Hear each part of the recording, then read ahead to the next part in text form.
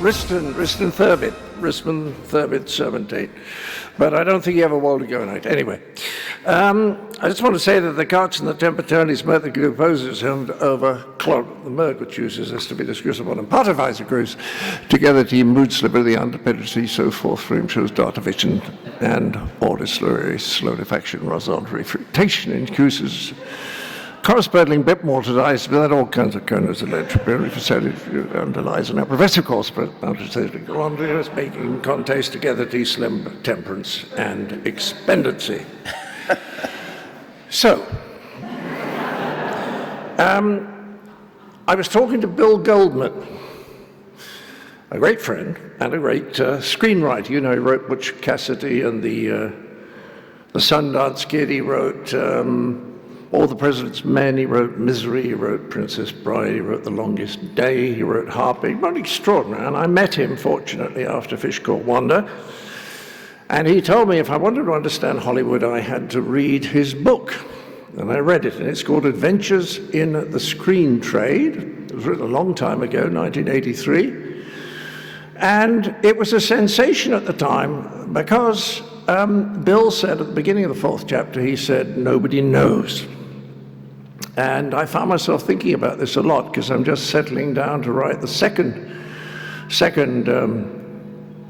volume of my autobiography.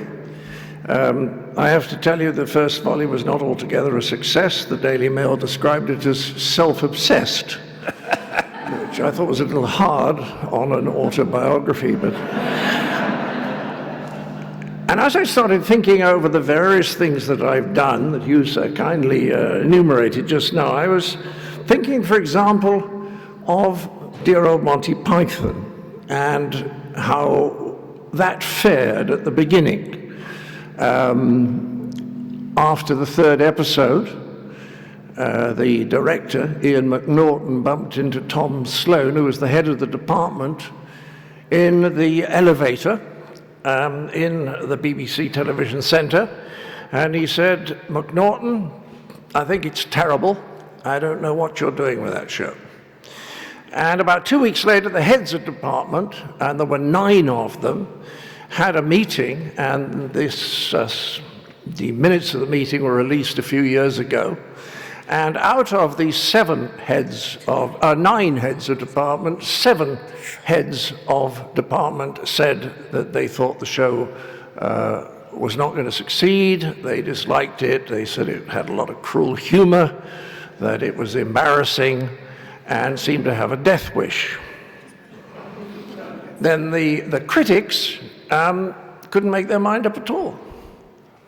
They did the old critical trick of just describing what happened without actually saying whether it was good or bad or not. So this was the genesis of it.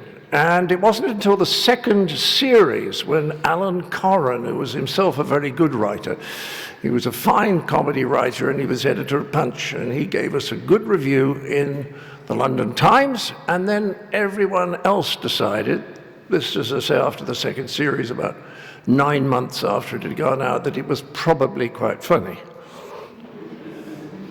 Then, shortly after that finished, we did the Holy Grail. Now, the Holy Grail, we wrote that, and the cost of making it was going to be £240,000. Not a huge sum.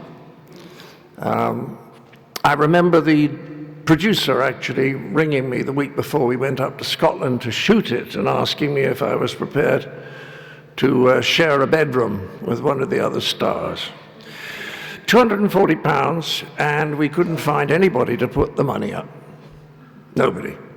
And then a fellow who was a friend who ran Charisma Records talked to some of the bands that he represented or worked with, and he talked to Led Zeppelin and Genesis and Pink Floyd, and they were good enough to put up the money. Mind you, it was partly a tax dodge, but nevertheless, I thank them very much for putting that huge sum up.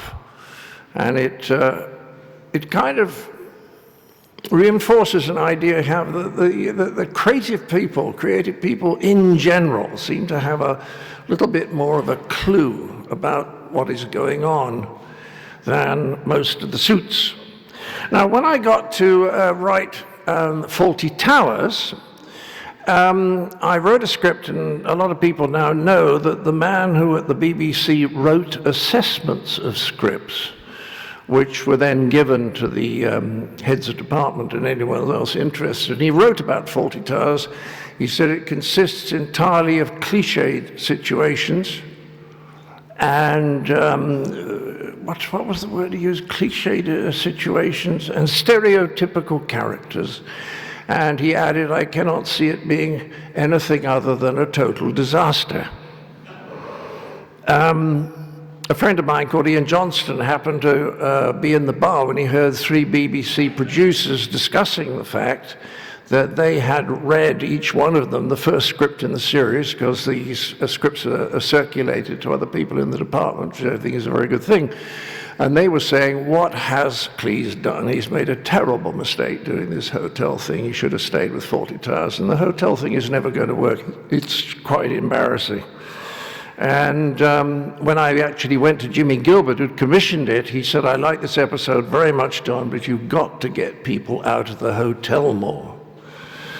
Which kind of confirms this realization that's been dawning on me slowly, which is, as Bill Goldman said in his book, in the 4th chapter, nobody knows.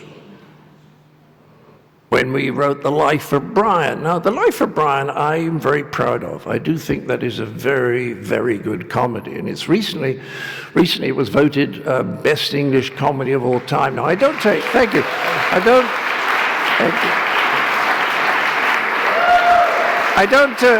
I really don't take those kind of polls very seriously, but what it does mean is that it's up there with the very best ones, you know, and that's what makes me feel proud, not that I'm number 1 rather than number 3 or number 4. When we got that script together, Terry Jones went away and did a budget with John Goldstone, and we discovered that it was going to cost about $2 million. So we went round all the British studios. Lou Gray did say that he'd put the money up at one stage because he got a recommendation from someone who worked for him, but then when he actually read the script, he was appalled.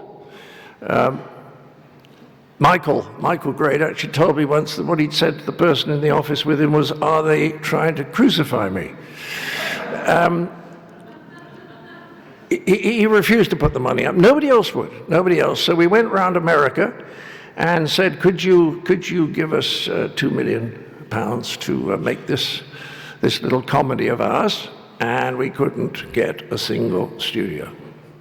Now, as you know, in the end, it was tremendously successful and made, $200 million worldwide. But it's very interesting to think that not a single studio in either the UK or the US wanted to put the money up. In fact, I remember very well that I'd given up on it, and I accepted a part with Peter Sellers in Vienna for a comedy there. And suddenly Eric Idle rang us up and said, I've got the money. And we said, well, hey, what are you talking about? And he said, I gave it to George Harrison. And George read it and came to Eric and said, I'll put the money up. And Eric said, you do realize it's £2 million? He said, yes, well, I think it's very funny. I don't mind, I'll put the money up. So George, bless him, bless his little cotton socks, he put the money up when none of the studios would do so. And again, it's a sign that someone with creative ability seems sometimes to be able to recognize things that people without creative ability find a little harder. Now, when we got to Wanda, when I wrote Wanda, it wasn't a bad prospect. It was $7 million, which was not a lot of money even in 1987. Not a huge amount of money, $7 million. We had Kevin Kline, who had just made a huge impact, first of all in Sophie's Choice, and then in that Larry Kasdan film that I can never remember the name of, where everybody gets together at a weekend. Can anyone remember what it's called? Yes, that's right. Thank you. So we had Jamie Lee Curtis, who just made a huge, huge impact with Trading Places. And people were very aware of her and thought, who is this girl? She's absolutely terrific. She also had an audience, a devoted audience from all her horror movies, where she was known as the Scream Queen. And then they had me and Michael Palin, arguably the two of the better known of the Monty Pythons. So we went round all the English studios. I remember going in and talking to David Putnam, whom I like enormously, and no one was interested. Nobody wanted to. So we went out to America, and we went to 10 studios, and they all thought it was too English, or a very specialized sense of humor that wouldn't really work in America. Until we actually got to MGM, and there was a lovely guy running MGM called Alan Ladd Jr., son of the Alan Ladd. A lovely guy, and we had a meeting with him, and as we got in the car park to drive away, we got a telephone call saying they want to do the movie. So they spotted it. That was 1 out of 10 or 11 American studios, no UK studios at all. And we made it for $7.3 million, and it took 200 million worldwide. So what does one gather from all this? And it is that the people in charge, the people who make the decisions, have no idea what they're doing.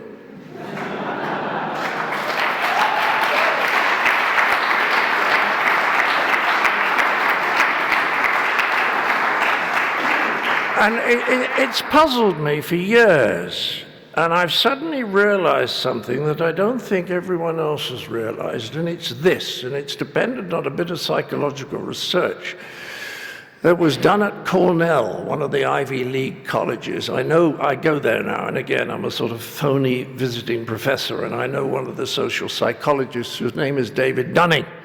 And David did a bit of research some time ago. It's called the Dunning-Kruger effect. And what he discovered was that in order to know how good you are at something, requires almost exactly the same skills as it does to be good at that thing in the first place. Which has an interesting corollary, because it means if you're absolutely no fucking good at something at all, you lack exactly the skills that you need to be aware that you... Now that's, if you think about that, I mean, I genuinely mean that this is profound. You see, and the trouble with executives is not that they have no idea what they're doing. That's fine. The problem is that they have no idea that they have no idea.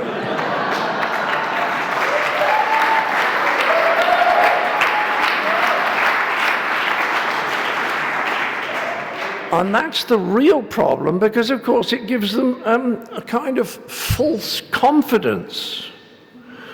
So I think of a recent example. When I was living in California, I wanted to write movies. And I got to know a lovely young guy called Kirk D'Amico. And we actually wrote quite a good script, which got made into The Croods. And Kirk directed that. We also wrote another one based on the Twits, a Roald Dahl story, if you know it. It was my favorite story that I used to read to my second youngest daughter. And it was, it was Kirk. Kirk got an absolutely brilliant idea. It was, I can tell you now because it'll never be made. It was about a couple who had been trainers of animals at a circus, and they got a group of animals together and they trained them how to carry out burglaries. so that they would never actually be there, and the animals all did different things. You know, the rat was very good at mazes and reading maps, and the boa constrictor could stretch across anywhere so that the monkey could run across in it, and then there was a groundhog that could burrow its way into it. It was lovely.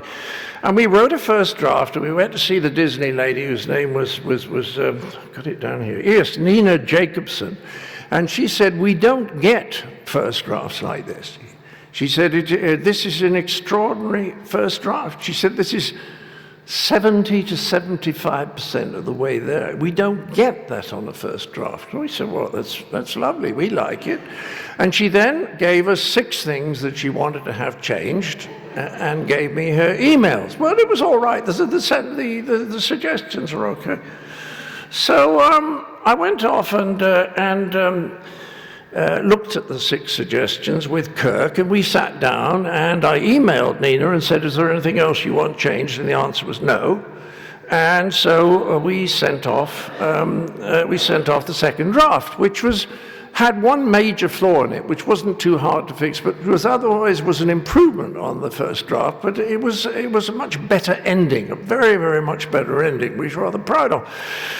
So we went off for a holiday, and when we got back, we found that Nina's second in command, Nina Burr, was looking around for another set of writers. And we were a little bit puzzled, and they said, well, you haven't addressed some of the things we wanted you to address. And we said, but we did. We said, and somebody said, you don't really expect Nina Jacobson to read her emails. Just because she gave you her email, it doesn't mean because she gets 300 or 400 a day, she doesn't read. So we were replaced because we'd not done certain things to the script. And when I said, well, what things have we not done? And we discovered that a series of suggestions had been sent to one of the producers, whom we knew was completely clueless. So when he'd suggested it, we ignored them because we'd no idea it had come from the top. Anyway, we were going to be replaced, and Nina said, well, do you want to come in and talk about it? And I said, yes. And she came in and she gave me all these things that she wanted changes. And I said, Nina, I just can't agree with any of these. And she said, well, that's what we want done. Are you going to write it? And I said, well, I don't know how to write a script when I'm trying to make it worse. I don't know how to write it. She said, I can only write it to do what I think is better. And so she said, well, all right, and we parted. It was perfectly friendly, and now it's sitting in the vaults at working title. Dead. This is a script, as I said, that was 70 to 75% there on the first draft. So why was she so sure of these things? And the answer is because we were in her office. Because if we'd been anywhere else on the planet, people would have said, well, Cleese has been making people laugh for quite a long time, and Nina never has. So statistically, it is more likely that he knows what he's talking about, you see? But unfortunately, I was in the only room in the world that did not believe that. So nobody knows, but the fact is that some people, and people really don't know, and I don't know. But I'm just saying that although nobody knows, some people have a better chance of guessing it, you see? And very often, in my experience, it's the most creative people who have that better chance. But it's very hard to get executives to trust creatives because they think they know what they're doing. I went to see Peter Fincham about 3 or 4 years ago at ITV, and again, a delightful, charming guy, been very successful producing programs, and he said, well, would you want to do something for ITV? And I said, well, it would depend, but I'm certainly interested. And what happened then was that Peter made a series of suggestions to me, and all I could think was, why would he think that I would be interested in doing something as corny as that, as predictable and and formulaic as that. Why would he think I'd be interested? And when I talked to him about the things that I would have been interested in doing, he just glazed over. Now, he didn't do it unkindly or rudely, but you could see after 7 seconds, I'd lost him. So here you have a head of department and a guy with a head of a TV company and a guy with a lot of experience in comedy, and they can find absolutely no meeting point at all. And that's really rather strange. And I want to conclude with the true story of what happened when the Pythons got together and decided they wanted to make a series. I was writing with Graham Chapman. We were writing for Peter Sellers. We wrote 3 movies for him. And we used to watch on Thursday afternoon, we used to watch Do Not Adjust Your Set, which had Michael Palin, Terry Jones, Terry Gilliam's animation, and Eric Idle in it. And we thought it was the funniest thing on English television, although it was a kids' program. And we rang them up and said, why don't we do a show together? And they said, yeah, why not? We knew each other from the Frost Report and this kind of thing. And somebody, Barry Took, who was Marty Feldman's writing partner, fixed up a meeting with us with a lovely guy called Michael Mills, who's a little bit of a saint. And Michael Mills greeted us when we walked into the office, and he said, well, I understand you guys want to make a comedy series. And we said, well, yeah, we'd love to, Mr. Mills, yes. And he said, all right, well, what do you have in mind? And there was a kind of awkward silence because we hadn't actually discussed it, truthfully. And so we said, well, we were going to do a humorous program, you know, with jokes and gags and things intended to make people laugh. And he said, well, are you going to have guest stars? We said, are we going to have... He said, well, what about music? Going to use music? We said, well, music, yeah, yes, there might be some music in it, yes. And he said, well, are you going to use film? And we said, oh, film, that's a good idea, yes. And I sat there and I suddenly realized we were making complete fools of ourselves. We had no idea what we were going to do. And Michael looked at us and shrugged and said, oh, go away and make 13 programs.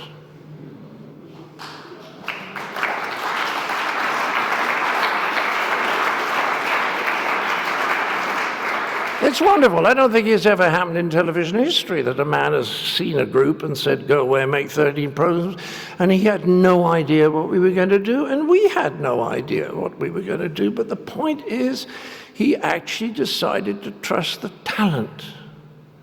And since the talent has got a record of being right more often than the suits, why don't the executives bear that in mind? And that's all I need to say. Thank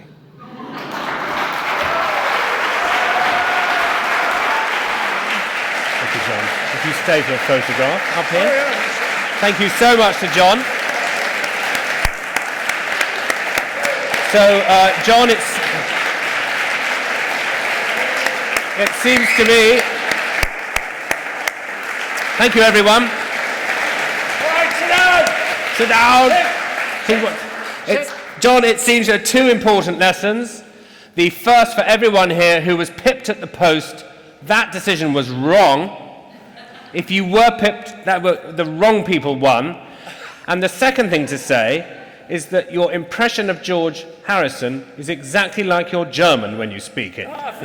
Ladies and gentlemen, John Cleese. Thank you so much. One final thing. Do join John